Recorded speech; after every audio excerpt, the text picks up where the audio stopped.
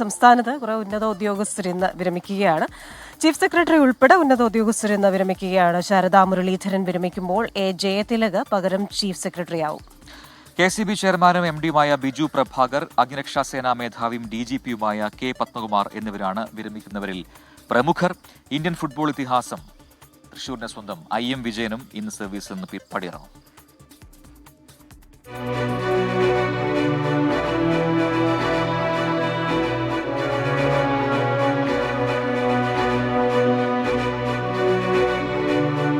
ഭർത്താവും chief സെക്രട്ടറിയുമായിരുന്ന doctor V Venu കഴിഞ്ഞ വർഷം ഓഗസ്റ്റിൽ വിരമിച്ച ഒഴിവിലാണ് ശാരദാ മുരളീധരൻ എത്തുന്നത്. ചീഫ് സെക്രട്ടറി പദത്തിലെത്തുന്ന 5ാമത്തെ വനിത, കുടുംബശ്രീ മിഷനെ ജനകീയമാക്കിയ ഉദ്യോഗസ്ഥ.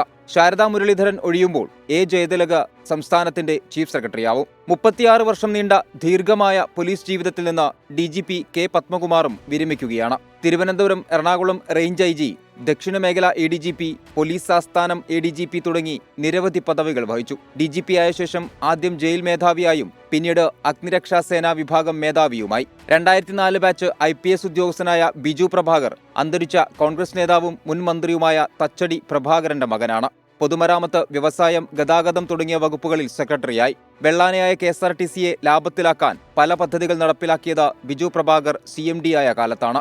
IM വിജയന് പോലീസ് സേനയിൽ നിന്ന് വിരമിക്കുന്നതിന്റെ തലേദിവസം സർക്കാർ സ്ഥാനക്കയറ്റം നൽകി. മലബാർ സ്പെഷ്യൽ പോലീസ് ബറ്റാലിയനിലെ അസിസ്റ്റന്റ് കമാൻഡന്റായ വിജയന് ഡെപ്യൂട്ടി കമാൻഡറായാണ് സ്ഥാനക്കയറ്റം നൽകിയത്. ഫുട്ബോൾ മേഖലയിൽ അതുല്യ നേട്ടങ്ങൾ കൈവരിച്ച് കേരളത്തിന്റെയും രാജ്യത്തിന്റെയും പ്രതിച്ഛായ ഉയർത്തിയതിന് നൽകിയ സംഭാവനകൾ കണക്കിലെടുത്തായിരുന്നു പ്രമോഷൻ. മുഖ്യ വനം മേധാവിയായ ഗംഗാസിംഗും ഇന്ന് സർവീസിൽ നിന്ന് വിരമിക്കും. 24 തിരുവനന്തപുരം.